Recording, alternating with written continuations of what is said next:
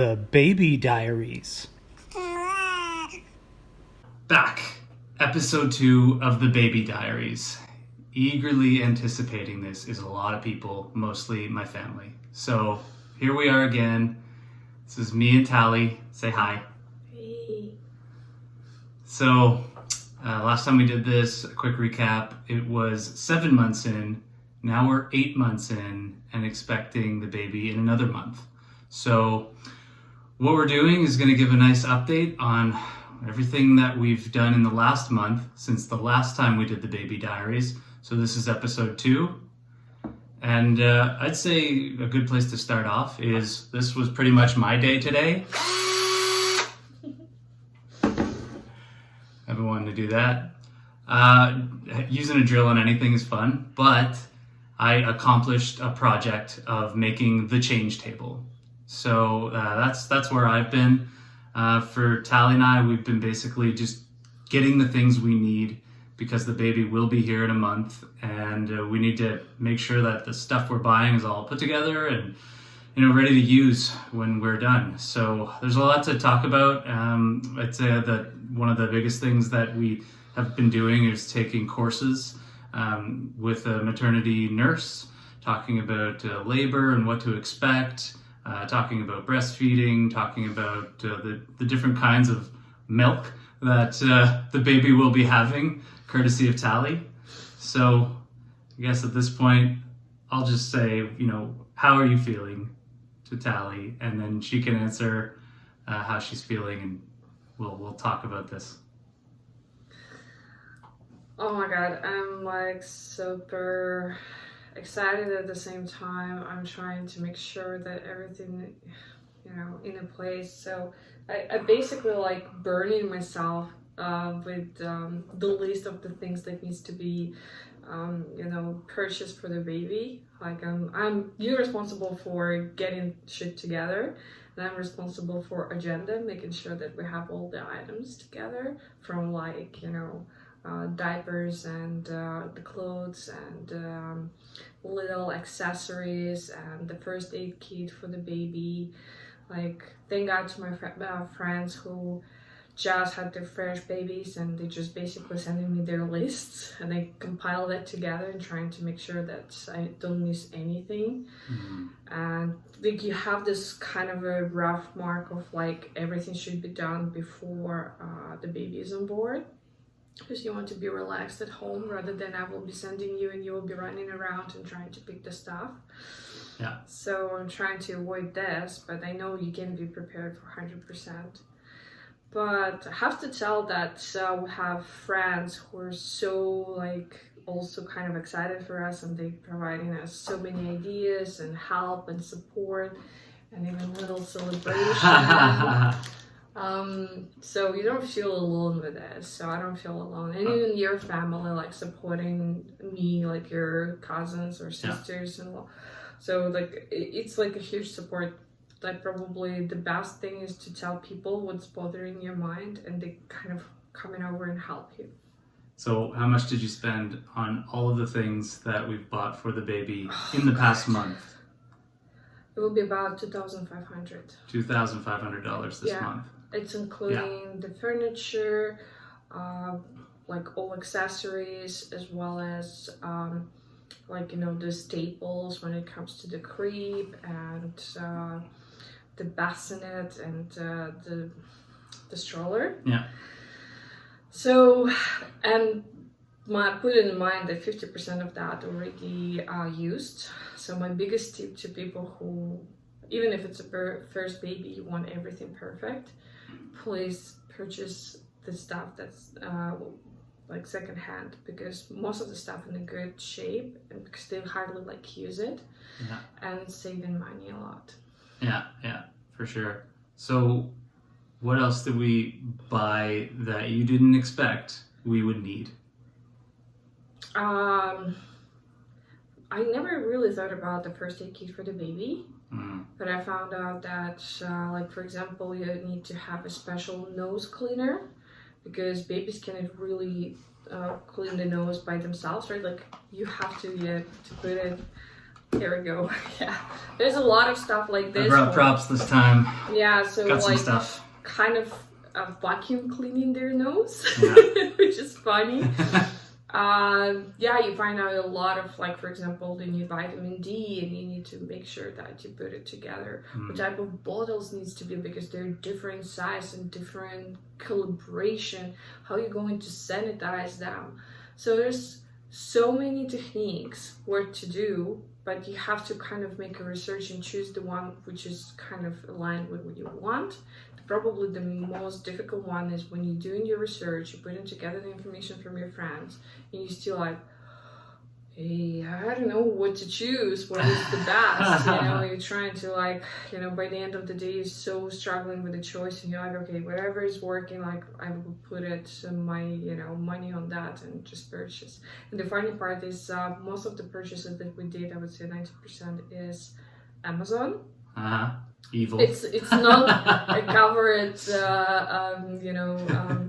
advertisement for those guys. It's just because we're in the middle of pandemic crisis and stuff. Like, this is the best way They to do purchase. bring it to the door. That's they bring it to the door. probably But the I best think part all is- the carriers already know where we live. Yeah. Because it's literally every day we have a little package. Yeah. We like stock and pile of different packages that we probably almost every day have to take it to the dumpster. Yeah. So, and our little, well, it was a big apartment, super nice and empty, and now it's getting like more and more crowded with the things. Yeah. We have a 3-bedroom place here, and every day that 3-bedroom space feels like it's shrinking because of all the different things that we're putting into preparing for the baby. So what we've got is, you know, a bunch of stuff that we need for sure, but it's sort of one of those things where, what else do we need? What else are we forgetting? What else are we forgetting? Is there anything else that we need? With a month to go. I would say we're pretty much ready, and this month was actually like a crazy month because trying to make sure that we have everything at the same time, running through the classes at the same time, and trying to prepare myself emotionally and physically for the labor.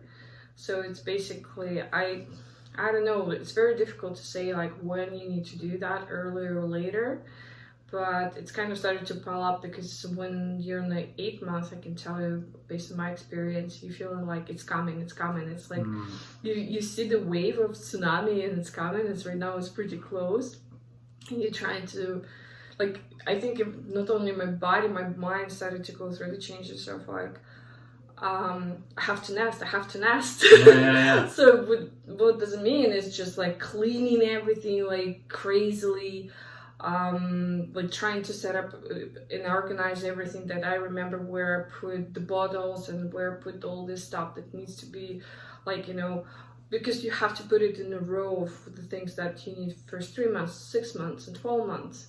And believe it or not, it's not only just deliver the baby. Right now, you started to think what to do after the baby is on board, because you need to think about the schedule. You need to organize life around this. And for you, I'm sure it's also kind of weird experience when you have to kind of support me, making sure that I'm not running crazy. Like, basically, sometimes you drag me out of my office. The biggest challenge is stopping her from working. She's working until 6:30 p.m., 7 o'clock p.m., 8 o'clock p.m., because as maternity leave approaches, her office is more demanding of the things that need to be closed. You know, there's a lot of open loops from her side. So as she gets ready to get into maternity leave, the more work that's piling onto her days as she's coming up to that stopgap. So I'm always on her, like, stop working, we're going outside, we're going for a walk, we're getting exercise. That's important. And I think everybody is kicking her ass about making sure that she's exercising. And I'm doubling down on that too. But it's hard because you're in this juggling pattern of, I have to work so I can prep for myself leaving, but I also have to make sure that I get enough rest and exercise so I don't compromise my own health.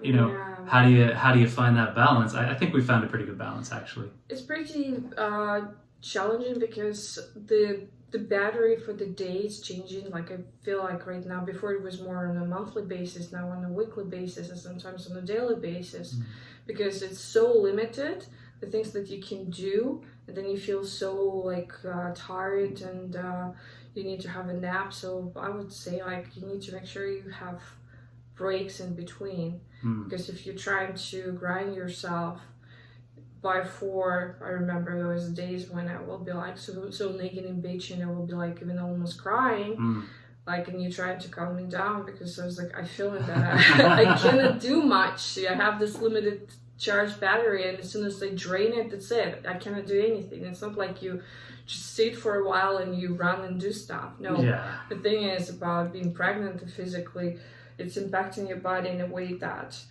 you're kind of getting bloated and swollen by the, I would say, like, if I will be grinding my batteries from the beginning of the day, it's by 4. If I will be more cautious about using the energy, maybe by 6, 7. And after that, you feel like a balloon that hardly can move. My feet are swollen. I feel like so exhausted that I cannot even move.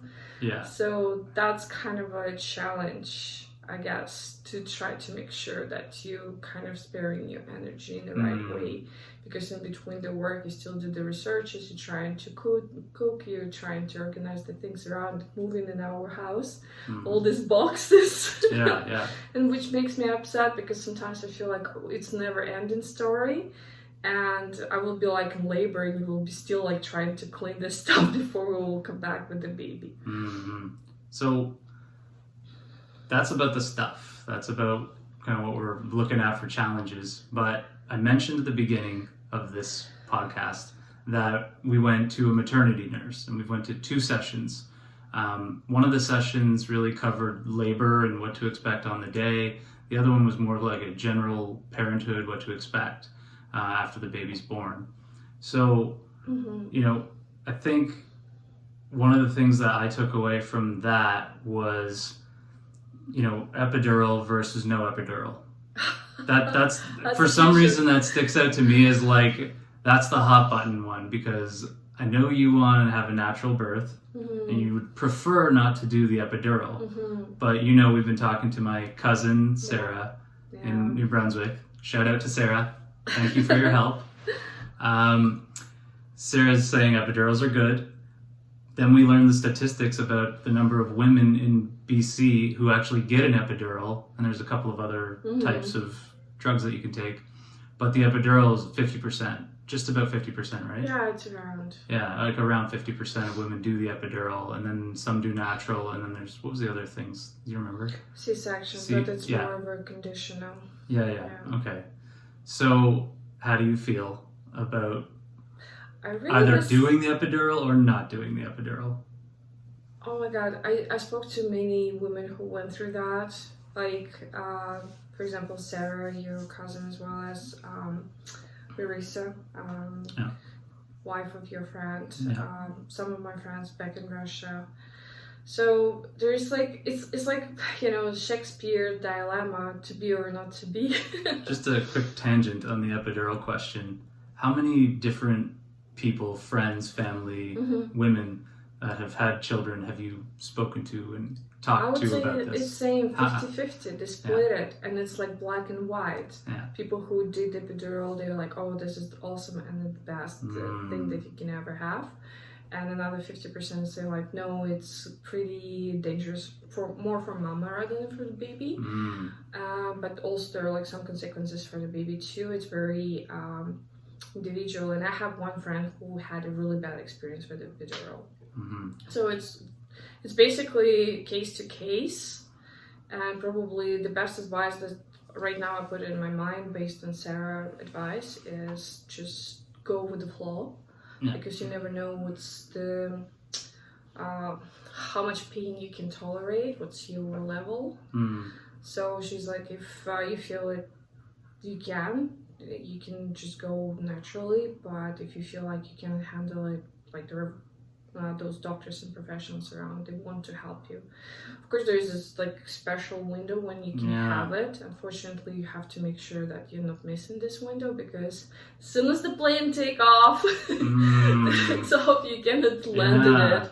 Otherwise, it's dangerous and unsafe. So right, exactly. I didn't decide yet, and I think I will just go with the flow, because right now it's very difficult to make a decision based on just opinions of the people that I'm talking to. So I guess I just need to. There's also like a mixed opinion about have a birth plan versus don't have a birth plan. Yeah, there is, and because mostly right now it's getting more popular to have more untraditional rather than a traditional birth. So when I say untraditional, it means like basically you giving it in a water tap, or you doing that at home in a home conditions. So a lot of people, well, right now statistically it's about 15% of the women doing that in North America, together Canada and US. It's more of a like women feeling very like whenever we're in the hospital, we feel danger, something happening to me, and we feel very uncomfortable because we are associating that with the pain and with the struggle. So you don't feel comfortable.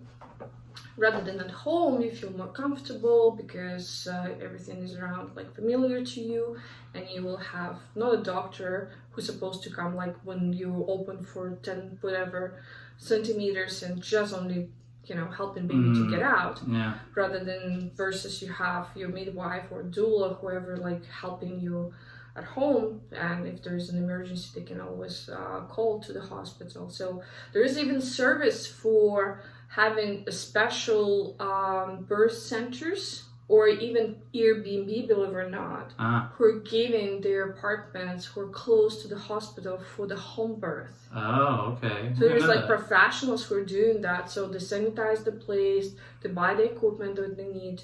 So in case like if it's really bad emergency where the nurse, midwife cannot handle it, then they need it to call for hospital. At least it's close enough for hospital to pick up, the call and come over and help with the emergency. So there's a special service for that. Wow, I didn't know that. Yeah, so I found a lot of things that I don't even consider, and right now, well, I would never probably consider to give a birth at home. I still kind of think that it's better to be in the hospital. Yeah. Well, they have monitoring equipment, they have staff, they have people with lots of experience who are kind of in and out of the room. The problem is that with the traditional giving a birth agenda, so it's not really comfortable for the woman, because they basically wants you to lay down on your back and give a birth, like we did it for so many years. But if you tell that to somebody like from Africa, a woman from the tribe that giving the birth on the back, she will like be laughing at it, because naturally woman, it's better feeling when you're like in the water, or you're standing in like basically tabletop and helping the gravity to move the baby out of you, so it's kind of versus between unnaturally give a birth but with the doctors, or naturally give a birth but without doctors, because basically the training and amount of time and support financially invested in OG doctors, they don't want to go to something that's completely different. So I read and made a research too that the doctors normally refuse to give to be at the birth when a woman in a water tap, although it's better for the woman and for the baby, but because right now there is no much investment to help in case of emergency to get the woman out of the water and help, so they're not trained to do that. That's why they don't want to take an extra risk. Right. So to them, it's more convenient when the woman is on her ass, on her back, just trying to push the baby out, although it's bad for her and for baby. So this is kind of a dilemma, and when people making a decision to give, a go for non-traditional, what I also found that they're doing that for second, third, and even fourth baby. So nobody do that for the first round. Right. Yeah, so because we still, kind of raised in a way, an environment that if you have a medical emergency, and it's kind of medical emergency, you want to be in the hospital. But then when you probably have a better idea how bad it is, Yeah. you kind of like, okay, I can evaluate the risk and I want to be in the birth center or a special Airbnb that take care about this. Wow. There's all these options to be flexible about how you want your birth. And I, as a Russian person, feel so bad about the options because I raised in an environment that there is no options. There is like do or die, right? So when you have so many choices, my struggle right now is just to manage those choices and decide what I really want because I'm such a rookie in this. Right. So maximum what I can ask is the friends and their perception about that. Yeah. And what makes me upset, and I think I'm more agitated about this, is just because I don't know what to choose. Yeah, it's hard. I mean, even just going to the hospital too, like every time has been a little bit different for your checkups. Because for the most part, I'm not allowed, some days, depending on the restrictions that are in place by the province. This is another layer of complexity. This is adding complexity, and it's a bit under my skin because I want to go into the hospital and be there every step. I want to be in the room with every ultrasound. But the last couple of times that there's been ultrasounds, I haven't been able, I've been able to, but just not allowed to because of the COVID restrictions changing. But, it's interesting because during the birth, I'll actually be allowed in the room, no mask, no restrictions, really, on the day when Tally goes into labor. But leading up to that, we're in this place where I was allowed 2 months ago to see the ultrasound and be in the room with you, and I wore a mask. And then the last time we went was just last week, and I wasn't even allowed in the room, and then one of the nurses told me that I wasn't even really allowed in the hospital at all. And I think, and this is just my opinion, but we should be treated as just one and the same because we're living together, we're partners. So if we're in the hospital and we're both subjected to the risk that we pose to each other. Like I get that they have to follow protocols, but sometimes these rules that are in place are just, 1 week it's different than another. So all I'm looking for is a little consistency in the rules because they've been different pretty much month to month for the last little while. And it's just something that, I want to be a part of as many of these appointments as I can. So that's kind of one of my challenges around this is to try to just be there, but navigating COVID and the restrictions and the changing guidelines and protocols. I'm sure nobody likes it and I don't like it. I just have to deal with it. Basically, that's the only option, deal with it. But to not be allowed in the hospital at all. People are in the hospital. People are wearing masks. People have not a lot of PPE on if they're just casually walking around the mezzanine level where you can get a couple of snacks. Just give me the same layer of protection that those people get. And I think we're okay, right? And I think, and most doctors and nurses that I talk to, they feel actually that those restrictions are way too much. And because they know how important for partner to be right next to you. Yep. And like most of the doctors told me like they will fight back until they can to keep fathers allowed, but that's only one criteria that right now they didn't cancel it, but they don't allow anybody else to be, by the way. So like, for example, if you would decide that, it's too much for me to be right next to you, like take your mom or my mom, they're not allowed.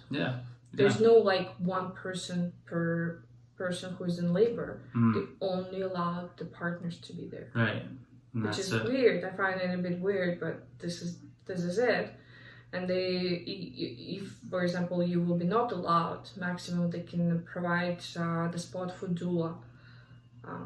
That's another thing about like all these roles in different characters that can help you with the pregnancy, like midwives, doctors, doulas. There's like the full hierarchy of different people giving you completely different services. And that's what I talk to my friends too, who were not even like in this universe of being pregnant, and they're like, what? Yeah. Really? There is like special services, like specially trained people, and you will think that there would be only people with the medical background, which is not. Yeah. Which is not a subject. Like those that don't have a medical background, but they're still qualified to be with you during your labor because they're basically giving you emotional support. Right. Yeah. Like making sure that you keep your shit together. Yeah, exactly. It's true. So when we went to this preparing for parenthood course, it was interesting how we learned about like breastfeeding. Like, because I thought it was just pretty straightforward. Like, oh, the baby's born, they were hungry, put the baby on the boob and let it fly. The milk will just go into the baby and there's no problems. Like, just me being, you know, like even me being like trying to be as logical as I can. Like, baby comes out, baby attaches to mom's boob. It's so natural, right? That you have boobs and boobs are like full of milk, and you just basically making sure that the baby's sucking the milk. But what's really involved? Like, what did you learn about that? What I learned from because you're learning from friends, right? Yeah. And then you're also learning from the maternity nurse. Yeah. And then you're also reading online. Yeah, and plus the books that Dana gave it to me. So there's so many resources. But what I learned is actually more challenging rather to give the birth.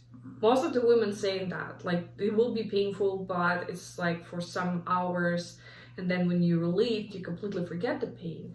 All your hormones or whatever like, that comes through your body, they kind of like erasing everything. It's like in the Matrix, you know? Right. You're so excited to have baby in your hands, you completely forget about that. Yeah. But then the challenging period starts from the, you know, day 1 or hour X when you have this baby, is to actually breastfeed the baby. Because of, I don't know, maybe we made it, this subject so complicated. Maybe our grandmothers didn't even think that it's kind of a problem or issue. But the way how the baby needs to be latched to your boob. Yeah, the latch. Way how you like maintaining your breasts, like you making sure that you do massage. You have to train your nipples for baby because they are very sensitive by nature, right?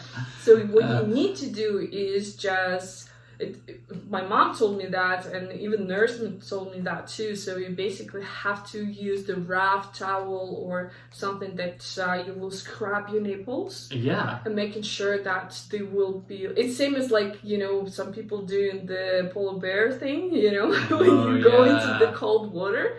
Yeah. Same here for nipples. You need to prepare them that they will become stronger. Right. It will be ready, yes, because toughen those nipples up. Yeah, so when I started to do that, what happened? The skin started to peel, so it's getting dry and peel, and it's so painful even right now already. So, but that's the layers of like whenever you play in guitar, you have the same thing. The calluses, right?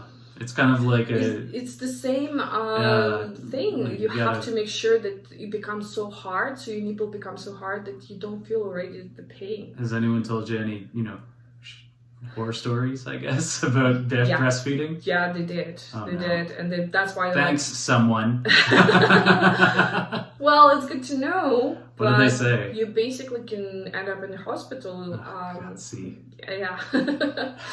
So because like milk is not coming, and it's just like basically there in your breast. It's blocked, right? It's blocked, yeah, because there's little channels that supplying the milk to your nipple. What was the way to unblock the passage for the nipple?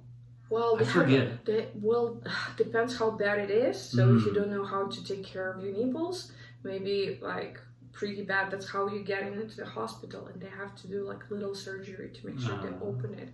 So it's not fun. That's why. Is this like an anomaly where it doesn't happen much, or is this kind of frequent for new moms? Well, they say that what's happening right now, most of the women, as soon as they give birth and there is any problems, they kick you out in 24 hours. Okay. Out of the hospital. So they will try to latch the baby right after the birth, and whatever hours you have, you will probably have like 2-3 rounds of milking the baby, breastfeeding. and after that you're by yourself. So what happened to our mothers and their mothers, like for example grandmothers, they stayed from 7 to 14 days in the Wow. hospital.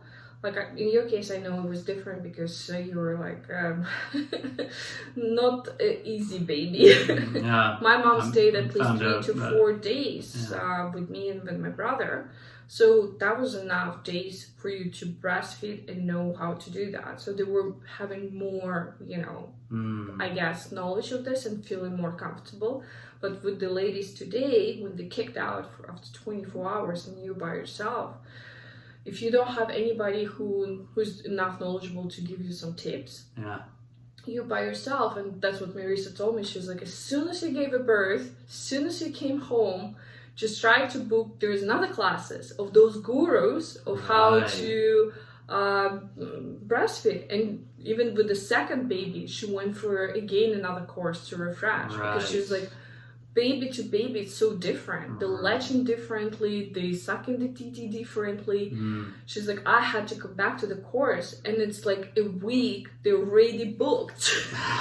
Those experts, believe it or not. So she's like, the baby business is a booming business. We're coming to find it. We couldn't even get a midwife. yeah. Like we would have had to try to get a midwife, like 9 months in advance. Like basically as soon as we found out we were pregnant. That's when we would have had to get a midwife. I don't think we got on top of that until like there was maybe 4 months until the birth. Yeah. And even then they're 4 months. No, that's too late. You can't do it. And we were like, what? Like we can't. So it just goes to show how booming the baby business actually is because you have to like schedule and plan ahead so much. And we were dealing with a real estate purchase and trying to like get settled into a new place. That's a time-consuming venture. So when we had that on our plates, once we got in, only then did we say, all right, now we need to like really focus on the baby. So that's what kind of brought us into the stuff that we bought, the courses that we've taken, and now we're in the place.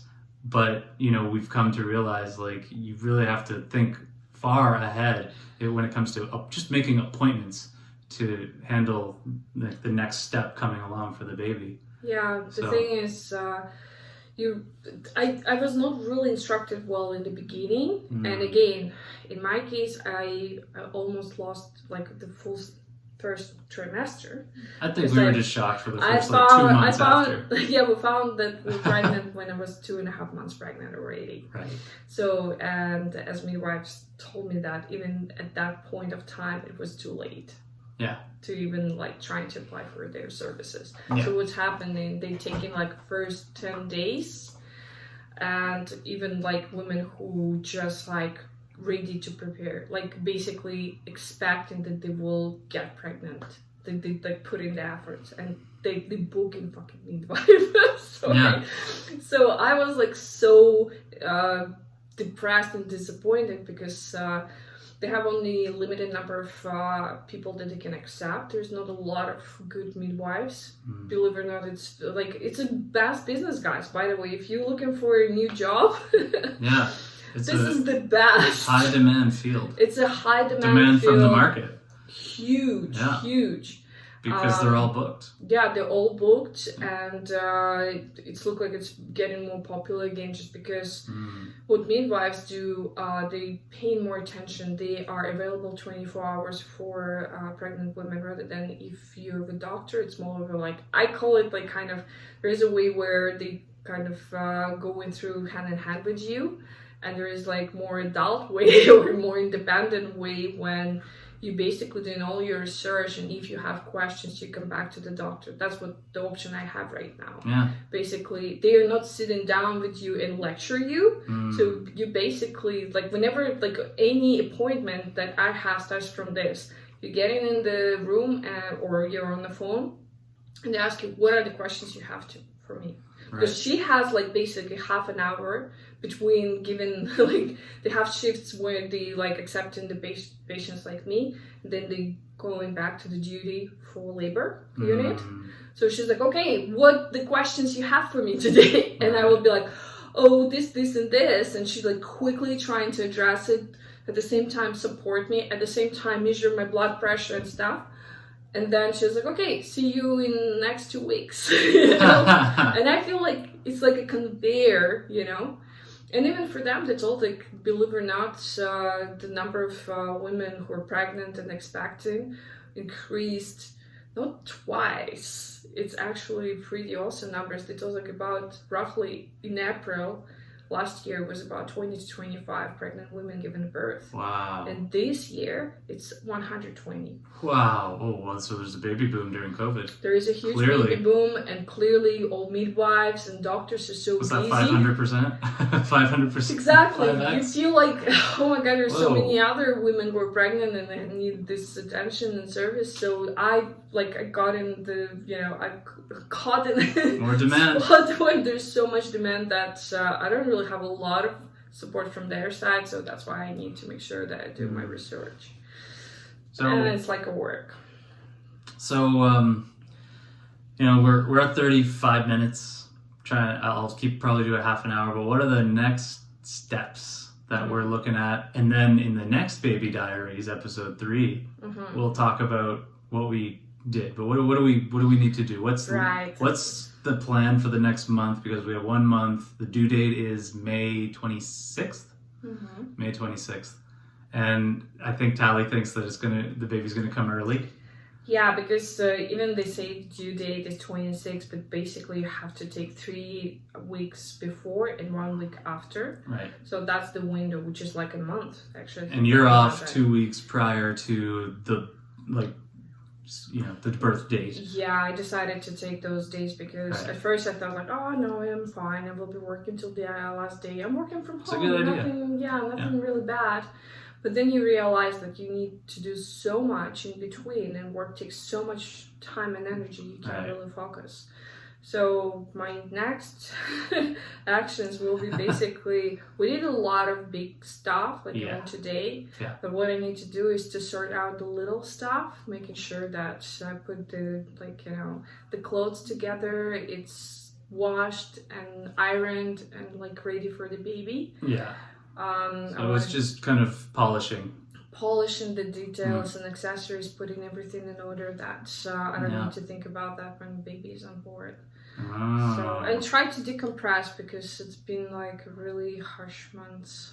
Yeah. Physically and emotionally. Yeah. And I know like we need to kind of have some rest before the baby comes. Yeah, some relaxed time for sure. So we will. What about you? What's your agenda?